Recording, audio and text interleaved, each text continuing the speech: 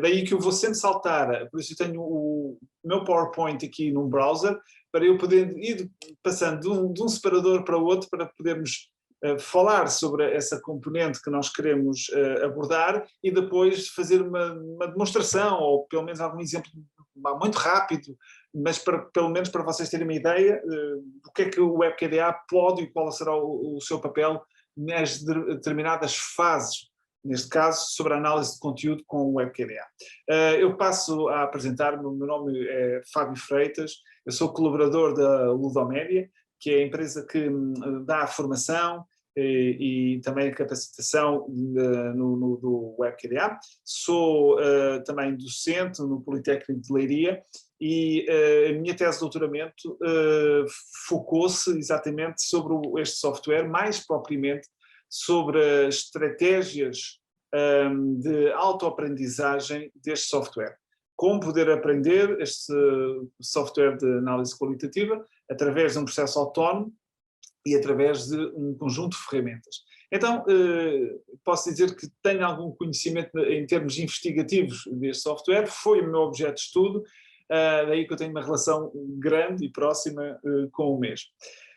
A análise de conteúdo, e já fazendo uma introdução ao tema, na essência, posso-vos quase afirmar que é uma das técnicas de análise mais utilizadas no WebKDA. Porque vocês, ao assistirem depois a este momento, este seminário desta parte, que depois também, já agora convido que depois assistam o último, que será apresentado por o professor Miguel Dias, que será muito interessante, sobre a análise de referências bibliográficas utilizando o WebKDA, daí que saber como poder fazer uma revisão bibliográfica sistemática com este software será muito interessante, por isso não percam logo a seguir a este seminário. Mas no que tocante a esta primeira fase, a análise de conteúdo, como eu dizia, é uma das grandes técnicas de análise, as mais utilizadas na análise qualitativa e recorrendo, neste caso, principalmente no WebKDA. Queria dar então, fazendo aqui um enquadramento, de uma forma geral, as origens históricas, podemos quase dizer, da análise de conteúdo remontam, por interessante possa parecer, à metodologia quantitativa. Esta autora, Minayo, que muitos conhecem, ela refere a esta curiosidade, porque a lógica baseava-se numa interpretação cifrada de caráteres de dados qualitativos, que pela exigência e o rigor científico que é exigido na validação, em todo esse processo, era necessário ter uma certa objetividade neste caso dos números e das medidas.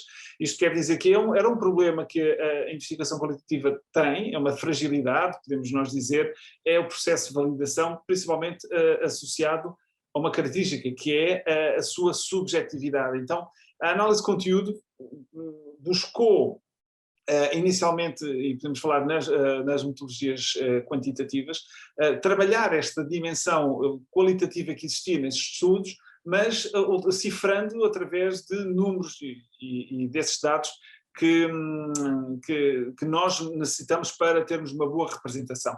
Depois temos que ver também, e historicamente, a evolução que ele teve, principalmente, foi sempre visto como um instrumento de análise das comunicações, das narrativas, de tudo aquilo que nós conhecemos como os dados que trabalhamos hoje, principalmente na investigação qualitativa, estes instrumentos, estes meios de comunicação, depois necessitou de uma ferramenta que pudesse, ou uma técnica que pudesse reunir uma série ou sistematizá-la, de forma a que essa análise pudesse ser o mais fiável possível. Agora, é verdade que, nesse sentido, existiu uma exigência que é em relação e relativamente a outras técnicas, que é um processo de validação, aquele que mesmo eu referi. E hoje, nestes passos que nós vamos dar, vamos ver um pouco desses processos, dessa sistematização, que tem um papel fulcral nesse processo de validação. Bardin, que é, por excelência, a grande teórica sobre análise de conteúdo, o WebKDA Hoje o professor Miguel Dias referia, quando apresentava, aquelas 3 grandes dimensões da análise, neste caso do WebQDA, elas são, na essência, inspiradas nesta teórica, que é Bardin, que definiu estas dimensões em 3 grandes áreas. Hoje nós vamos falar de 7, mas ela resumia em 3 grandes áreas. Mas esta teórica, ela dizia esta definição muito interessante, que a análise de conteúdo é um conjunto de técnicas de análise de comunicação, cá está, essa importante, análise da comunicação, visando obter, por procedimentos sistemáticos e objetivos, de descrição do conteúdo das mensagens, através, neste caso, de indicadores, quantitativos ou não, que permitam a inferência de conhecimentos relativos às condições de produção e recepção dessas mensagens. Por outro lado, este procedimento, eu queria dizer, esse procedimento, não estou a dizer bem a palavra, mas está-me a escapar agora, que relativamente à sistematização, que Bardin aqui diz que é importante que ele seja organizado, sistematizado, porque esses indicadores, sejam quantitativos ou não, devem-nos levar a inferências, devem-nos levar depois a deduções, a uma resposta relativamente àquilo que nós queremos analisar. Outra definição oferecida por Roberti Bolliget, que nos diz que a análise de conteúdo stricto sensu define-se como uma técnica que possibilita o exame metódico, sistemático, uma vez mais, objetivo e, em determinadas ocasiões, quantitativo. E vocês vão ver que, de facto, no caso do WebQDA, exemplos que já foram dados, certamente até hoje, pelo professor Pedro Costa, com a questão das matrizes, que é o resultado. Bom, a gente faz uma análise, mas depois nós temos que ter resultados. E muitas vezes esses resultados, ou essa manifestação ou tradução dos resultados que nós fazemos no processo de análise, eles são, em alguns casos, representados de forma quantitativa.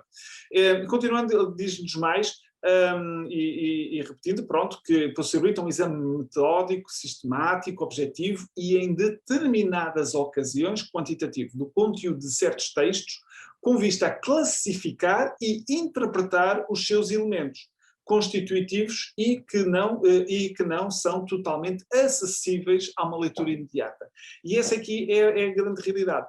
Quando nós nos relembrarmos que, de facto, a análise de conteúdo remetia-se aos estudos quantitativos, onde havia necessidade de interpretar estes dados de natureza mais qualitativa, por exemplo, aplica-se muitas vezes nos questionários, inquéritos questionários, onde em alguns momentos temos questões abertas, depois havia a necessidade de podermos interpretar, classificar, por vezes, numa leitura imediata nós não conseguimos entender a mensagem que por vezes está lá inserida. Há uma série de situações que é importante ter em conta, como os contextos, etc., relativamente à forma como obtemos essa informação.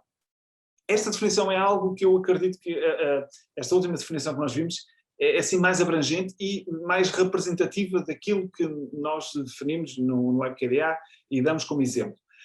Estes são os 7 passos que nós queremos aqui hoje focar, que são 7 passos para a realização da análise de conteúdo, neste caso com o WebQDA.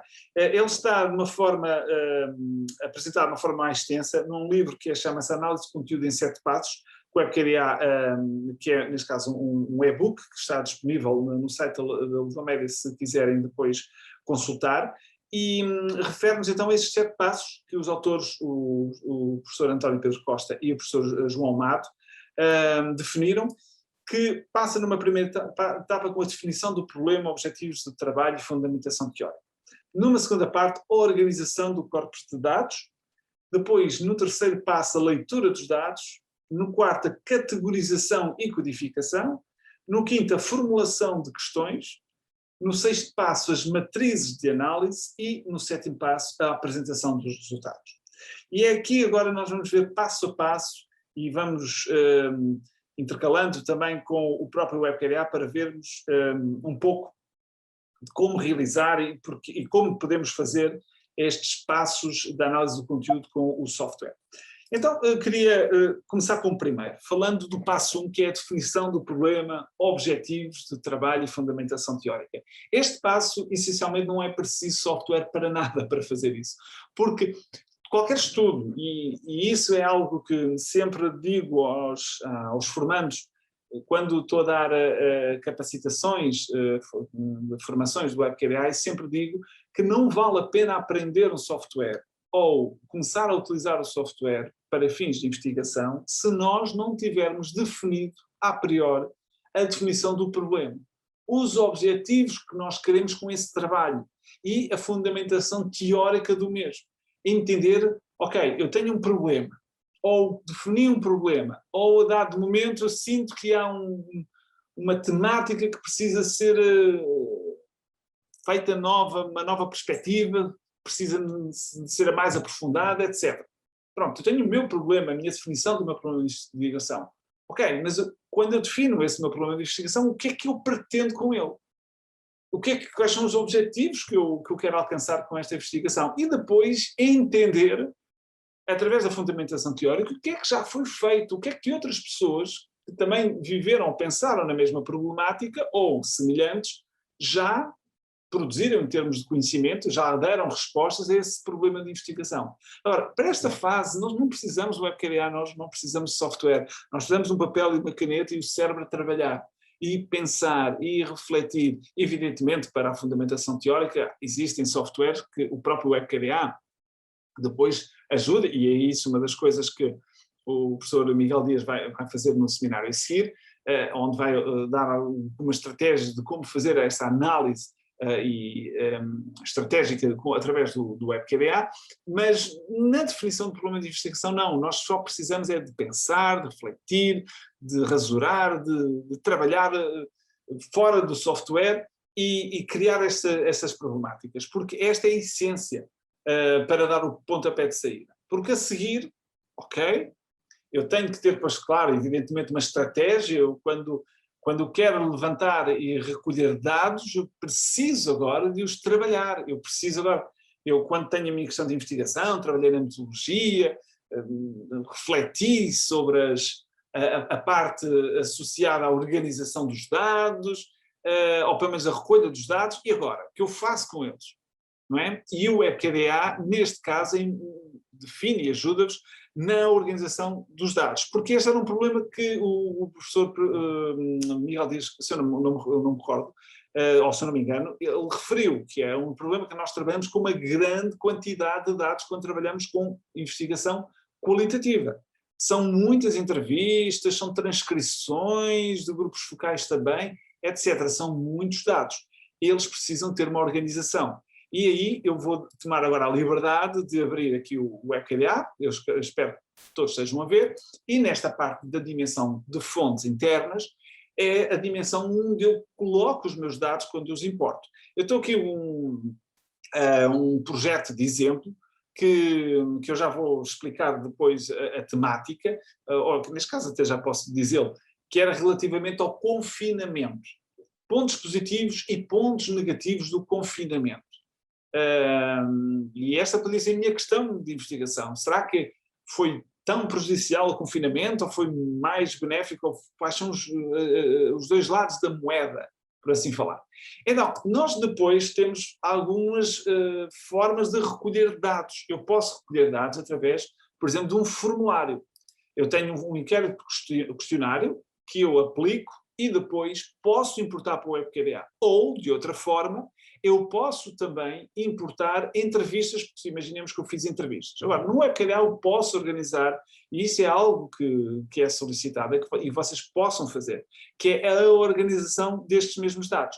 Por exemplo, eu tenho a necessidade ou o desejo de importar para o WebQDA entrevistas, que eu neste momento aqui não tenho, mas quero, por exemplo, importar para o meu projeto entrevistas que eu realizei.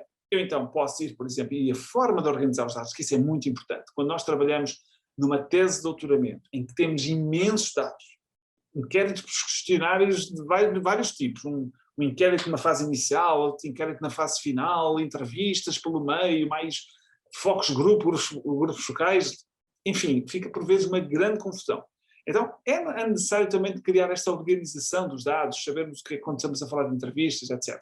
Uma rápida demonstração, eu posso clicar aqui na pasta que diz mais, clico em, escrevo aqui entrevistas, perdão, não escrevi bem, entrevistas, e faço OK, e tenho aqui a minha pasta de entrevistas, onde eu, fazendo duplo clique, posso abrir, vou aqui a fonte, faço carregar ficheiros, e posso agora selecionar os ficheiros que eu pretendo. Neste caso, seriam ficheiros de uma entrevista, que eu vou aqui rapidamente a uma pasta do WebKDA, ou eu tenho aqui, por exemplo, no meu WebKDA, só um segundinho, e tenho aqui, por exemplo, projeto de longevidade, tenho aqui entrevistas, e vou buscar aqui as 4 entrevistas. Eu consigo importar, se eu tiver todas as entrevistas, e aqui esta faz parte também é importante na organização dos dados, deverão ter, por exemplo, entrevistas, cada entrevista em documentos separados. Eu vou fazer agora aqui o carregar para ele não demorar, entretanto fazer a importação, pronto, já está a fazer a importação para o WebKDA, e é aqui que eu também quero fazer, faz parte da organização dos dados, a forma como nós também preparamos os documentos. Daí que nós sempre pedimos e solicitamos que, por exemplo, quando estamos a trabalhar com entrevistas, cada entrevista deverá estar num documento separado.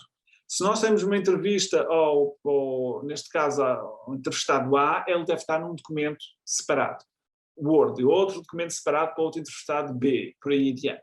Então, esta é a forma, por exemplo, como eu posso ter. Vão ver, tenho aqui todas as entrevistas e através do WebKDA, eu rapidamente consigo importá-las. Se eu aqui voltar outra vez ao separador de fontes internas, tenho aqui então a pasta de entrevistas, são os documentos, é aquilo com que eu trabalho. Vamos agora adiante. Outro passo que então é agora a leitura dos dados. Eu tenho dados e esta fase da leitura dos dados é parte que é importante, porque eu posso, pronto, fazer uma leitura flutuante dos dados. O professor António Pedro Costa já fez uma demonstração interessante sobre essa parte, em que ele falava sobre as categorias de análise e referiu isso muito bem. Eu vou tocar muito ao de leve, mas no que tocante à leitura dos dados, e é aqui que eu quero referir, o WebKDA permite-me ter aqui algumas possibilidades de ter alguns dados interessantes, e alguns deles poderão começar não propriamente com a leitura. Eu posso começar por uma leitura flutuante, uma entrevista, faço, por exemplo, aqui duplo clique a um documento e tenho aqui posso começar a fazer uma leitura flutuante e começar a imaginar dimensões de análise que me podem vir através desta leitura, que vão saindo e vão emergindo, quero dizer, ou já tenho-as pré-definidas e colocadas aqui. Há outra forma também, o professor Pedro Costa também falou, é na da parte do questionamento, onde eu posso ter, por exemplo, a informação, que é algo interessante, que é que palavras mais utilizadas é que nós temos, que foram as palavras mais frequentes nos inquéritos que eu, por exemplo, apliquei, qual foi o termo mais utilizado, e isso é algo que, à partida, nos pode ajudar, e por isso este processo de análise dos dados, esta quase que podemos dizer esta meta-análise que nós fazemos destes dados nesta fase inicial, ou pré-análise, ajuda-nos principalmente a definir depois categorias e critérios de análise. Eu vou dar aqui um exemplo muito simples de como fazer, por exemplo, a pesquisa de palavras mais frequentes. Eu já importei entrevistas, mas não vou fazer a pesquisa das entrevistas. Eu vou fazer as pesquisas do inquérito de questionário que eu apliquei. Então, como é que eu poderia fazer? Vou aqui a palavras mais frequentes, carrego aqui mais palavra e vou fazer, por exemplo, as 50 palavras... Mal, peço desculpa. 50 palavras mais referidas. Ok, tenho aqui as 50 palavras mais referidas. Quando falamos, então, em quantidade, que é aqui para colocar, nós colocamos as 50, que é aquilo que nós pretendemos. A quantidade é um número, 50. E a dimensão mínima, estamos a falar do número de letras, qual é a dimensão mínima por caractere. Eu posso colocar aqui 4, como sendo a dimensão mínima, porque palavras como casa interessam. Agora, outros termos que possam ter menos, em princípio não irei encontrar. Eu posso também já definir palavras a excluir que eu sei que têm pelo menos 4 letras. Por exemplo, o para, posso meter aqui, o como, e faço enter. Então eu posso já, a priori, excluir palavras como o muito, por exemplo, que não sendo, tem neste caso 5 letras, mas eu já sei a priori que vão surgir muitos, então eu posso excluir. Agora, nas restrições, aqui é uma parte onde eu excluo onde não quero, ou neste caso, eu vou apenas restringir a um determinado uma fonte. Eu vou aqui às fontes internas e tenho, por exemplo, o formulário, que é o formulário que eu importei e já tinha no meu projeto, e é onde eu quero apenas fazer a pesquisa. Faço gravar, faço salvar, e agora, eu se fizer duplo clique, vão aparecer aqui então as 50 palavras. Veja, tempo foi algo, olha, o mais, por exemplo, não me interessa, eu posso desativar, o menos pode ser importante, gestão, família, casa, veja, mas tempo foi a palavra mais utilizada naquele inquérito de questionário. O professor Pedro Costa já mostrou, nós depois podemos fazer uma nuvem de palavras, onde nós conseguimos ver a dimensão proporcional do peso que cada palavra teve. Veja, quando nós falamos em confinamento, trabalho foi algo também que, mesmo estando em confinamento, o trabalho foi sempre, mas tempo é algo que se ganhou muito com o confinamento, ou perdeu em relação, perdemos tempo de vida para poder usufruir de tanta coisa boa que a vida tem, como sair, viajar, estar com os amigos e a família, e não conseguimos. Então, terminar esta parte da leitura dos dados, eu queria agora avançar para o passo 4, porque o tempo não perdoa e tenho um pouco mais de 15 minutos para finalizar. Agora estamos a falar, e aqui vou falar muito por alto, porque o professor Pedro Costa já falou nesta parte da categorização e codificação.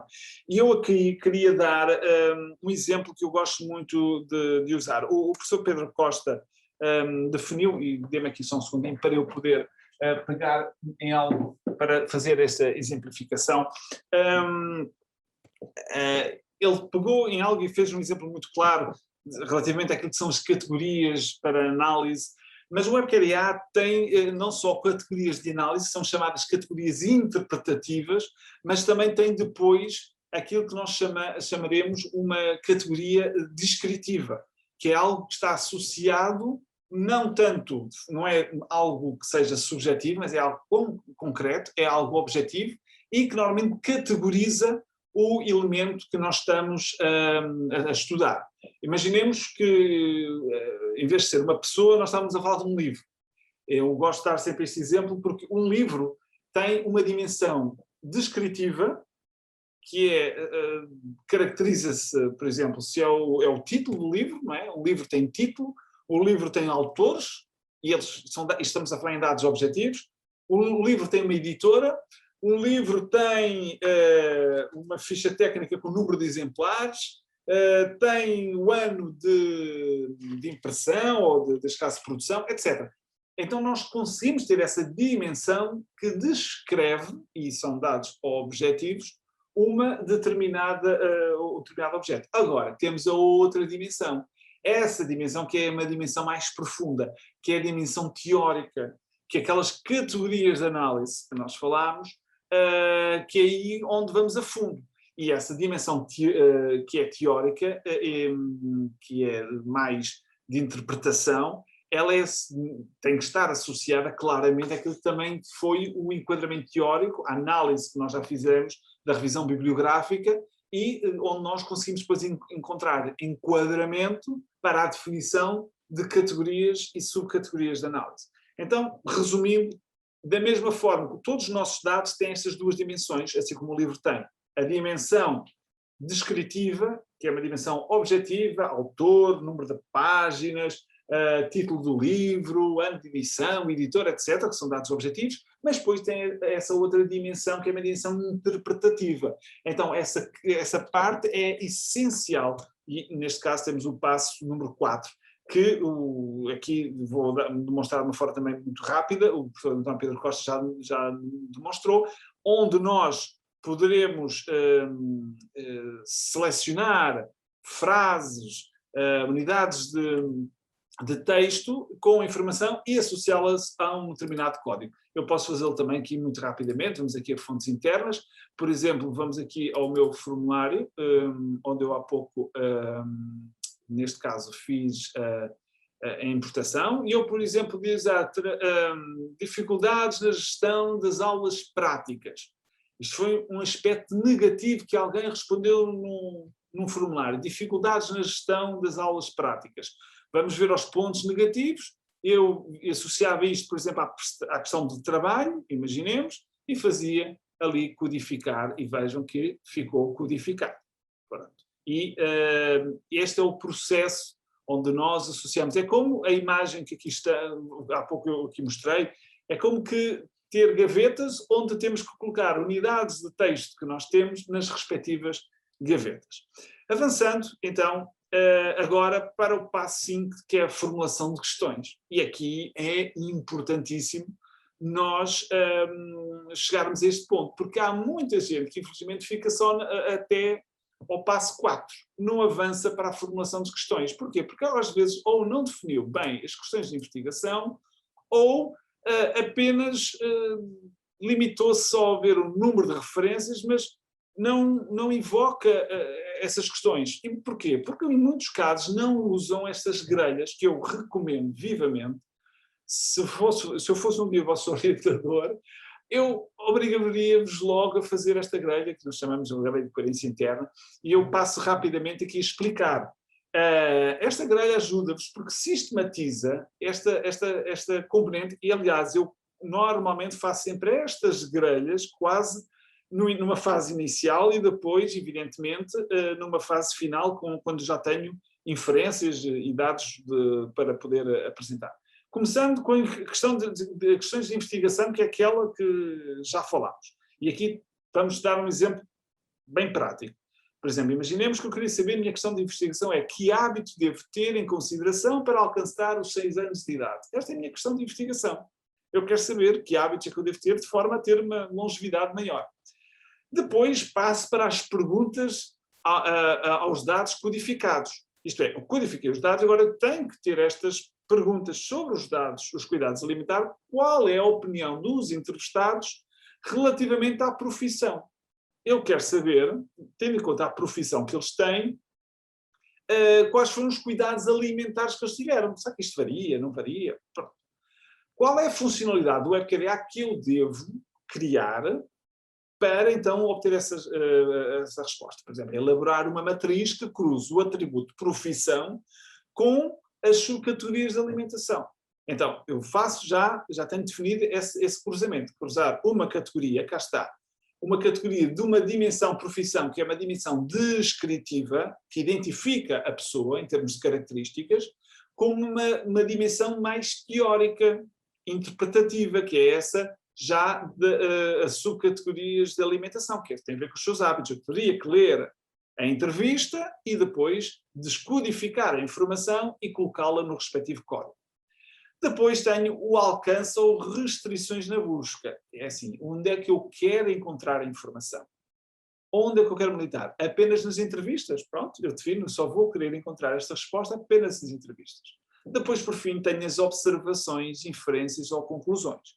E aqui é aquilo que eu poderia deduzir, a minha inferência. De acordo com as entrevistas realizadas, não existem diferenças acentuadas na opinião relativamente à sua profissão e ao modo como se referem aos hábitos alimentares. Não importa se a pessoa que eu entrevistei é professor ou é médico, porque na prática não há grandes diferenças. Pronto, isto é uma inferência que eu posso tomar. Porque agora, como é que eu posso chegar a estes dados? Como é que eu faço, então, este momento de inferência? É através da criação das matrizes de análise. E as matrizes de análise é um momento onde eu posso e devo fazer o tal cruzamento. O WebQDA permite-me fazer estes cruzamentos. Eu posso, então, cruzar com uma dimensão descritiva, e eu aqui, por exemplo, por acaso o exemplo está ali, ele está a pegar numa dimensão interpretativa. Mas eu posso depois pegar essa informação e cruzá-la com outros. Vamos fazer aqui, se calhar, um rápido exemplo. eu vou aqui a matrizes, esta parte da dimensão, e eu tenho, por exemplo, fiz um cruzamento naquele estudo que eu estava a fazer relativamente, eu vou aqui editar, entre filhos em idade escolar versus pontos positivos. Eu vou apagar esta que não me interessa. É uma pergunta que é feita se a pessoa tinha filhos em idade escolar, sim ou não, e queria ver os pontos positivos. Será que o facto das pessoas inquiridas que têm filhos em idade escolar, quer dizer, na altura do confinamento, quer dizer que esses filhos estavam em casa? Então, o facto de ter os filhos em idade escolar, em casa, influenciou na questão dos pontos positivos, sim ou não? Esta era a minha questão de investigação, que poderia ser uma das questões, não é a minha questão de investigação, mas é uma das questões que eu quero fazer esse cruzamento. Então, eu tenho nas linhas filhos em idade escolar, sim ou não, porque esta era uma parte da dimensão descritiva, a pessoa descrevia se tinha filhos ou não, mas depois tenho a dimensão das colunas, que é os pontos positivos. E nos pontos positivos, eu vou aqui até apagar isto porque está redundante, eu tenho a deslocação, o tempo, gestão familiar, etc, etc. Então vamos ver, relativamente aos filhos de idade escolar, quais são os pontos positivos que se referem. Vou salvar e, fazendo duplo clique, eu tenho então, e atenção, isto foi uma coisa muito pouco codificada, eu codifiquei muitos poucos elementos, é um exemplo muito simples. Eu vejo, por exemplo, que as pessoas que têm filhos em idade escolar, é interessante que a gestão familiar foi um dos pontos positivos. Gestão da vida familiar, mais convívio com a família, atividades em conjunto. Vejam, afinal nem foi tudo mau. Enquanto que as pessoas não têm filhos em idade, não deram, por exemplo, relativamente à gestão familiar, não houve pontos positivos a referir. E quando, se calhar, só tinham ele e a esposa, ou vice-versa, não é? Assim, poderiam, se calhar, ter mais razões, mas não. Vejam, são coisas interessantes que às vezes, isto foi só um estudo preliminar. Então, esta é a importância das matrizes, de realizar essas matrizes. Essas matrizes depois, e já depois entrar na fase final, que é o último passo, e aqui também já entrarei no último slide, são chamados outputs, que é aquilo que eu, quando tenho as matrizes, e essas matrizes depois podem ser, como aqui na imagem, posso transformá-la, exportá-la para Excel e depois ter a chamada apresentação dos resultados. E aqui na apresentação dos resultados, eu quero chamar a vossa atenção, por exemplo, a outputs muito simples. Eu não tenho agora aqui, eu vou aqui, se me derem só um segundinho, eu vou aqui abrir, por exemplo, um estudo que eu fiz no meu... se calhar vai demorar a hora que me vim abrir. Se calhar vou voltar onde eu estava. Não sei se ele vai me demorar aqui muito tempo a abrir e eu não temos agora, mas vou experimentar, arriscar, para vos mostrar uma matriz com um pouco mais de dados. Mas como é um projeto que foi feito há algum tempo, vamos aqui abrir, eu vou aqui à parte do questionamento e das matrizes. E eu, por exemplo, tinha feito uma matriz e é aqui que eu chamo a importância para este último passo, que é a apresentação, neste caso, a apresentação dos resultados. Porque não importa eu andar a trabalhar com o WebKDA, fazer todo este processo, eu depois não comunico os resultados de uma forma correta, de uma forma eficiente. Porque, por vezes, podemos fragilizar o nosso trabalho na fundamentação da forma como apresentamos os resultados. O WebKDA permite exportação. Eu posso, por exemplo, eu vou abrir aqui utilizadores de questões, ou por exemplo, aqui vou... Eu fiz um levantamento há uns tempos atrás, há uns anos atrás, sobre utilizadores de QDAs, neste caso de vários tipos de software de análise qualitativa, à semelhança do WebKDA, e o tipo de perguntas, de questões que eles colocavam nos fóruns. Porque como eu estava a investigar processos de aprendizagem, eu queria entender o tipo de questões, a natureza das questões dos utilizadores nos fóruns. Então, eu defini 3 tipos de questões. Questões, neste caso, técnicas, como é que eu faço, neste caso, como é que eu faço uma operação, ou processuais, neste caso, de processo, como é que eu importo, como é que eu faço? Tinha questões metodológicas, que era mais a ver com a parte, o nome diz metodológico, tem a ver com estratégia. Qual seria a melhor forma de trabalhar estes dados, de forma a obter os melhores resultados? Bom, perguntas mais profundas. E depois tinha então as questões técnicas, que eram às vezes bugs e outras situações que aconteciam. Ou estou a tentar importar uma fotografia, um vídeo, e está-me a dar um erro. Como é que eu posso corrigir essa situação? Pronto, são essencialmente estes três tipos de questões.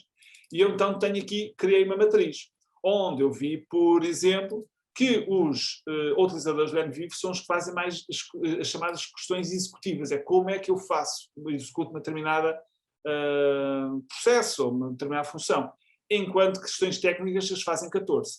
Eu posso exportar para Excel, posso exportá-lo para PDF, essa matriz, e posso criar também aquilo que chamamos um mapa de conceitos, ou neste caso esta visualização de correlações, onde eu consigo ver, por exemplo, saber, selecionando o tipo de utilizador, por exemplo, o NVIVO, ele fez questões das 3 dimensões. Ele tanto fez, temos aqui dados de questões metodológicas, como de questões executivas e como de questões técnicas. Enquanto que os utilizadores deste outro pacote de software, que são os utilizadores do Atlas, só fizeram questões executivas e questões técnicas. Não houve nenhuma questão codificada. Pronto, eu estou a dar aqui um exemplo de algo, por exemplo, do WebKDA não fizeram questões técnicas, fizeram questões metodológicas, questões executivas. Essas correlações pode ser interessante para entender como alguns utilizadores se relacionam com as categorias de análise que nós criamos. Agora, isto tem que ser transposto para o meu estudo. Eu tenho que traduzir todas estas inferências que eu fui recolhendo, fui levantando, fazendo, realizando, estes dados que eu obtive, e apresentá-los de uma forma coerente, sistematizada e no meu estudo. E há algo que nunca devem esquecer. É que quando nós utilizamos a investigação qualitativa e fazemos análise de conteúdo, e quando apresentamos as matrizes, porque depois, cá está, voltando aqui novamente à matriz, esta matriz eu posso colocar, exportando ela para Excel, posso fazê-la num gráfico, numa tabela, como quiserem. Esta matriz, eu depois, ao colocar no meu estudo, na minha tese, no meu artigo científico, eu faço a leitura, posso, eventualmente, claro, se quiser depois, numa fase posterior, fazer discussão dos resultados, isso é evidente, mas eu tenho que fundamentar estes resultados com o discurso dos meus inquiridos ou das pessoas que participam dos dados que eu tenho. Daí que eu não posso apenas me limitar a apresentar uma tabela sem depois apresentar evidências desses mesmos dados. E evidências no WebKDA, como é que eu tenho? Por exemplo, se eu clicar aqui na célula que eu pretendo, esta foi de facto a dimensão onde tive mais respostas, clicando aqui, eu tenho depois todas as unidades de texto que dizem respeito àquela dimensão das questões executivas. E eu poderia copiar e colar como sendo, então, um suporte aos resultados que eu vou apresentar. Eu tenho sempre que fundamentar esses mesmos resultados com evidências palpáveis, reais, através do discurso dos dados que eu, neste caso, tenho. E eu, com isto, queria então... estou a terminar praticamente a hora que era expectável que eu terminasse, até que se calhar com 1 minuto.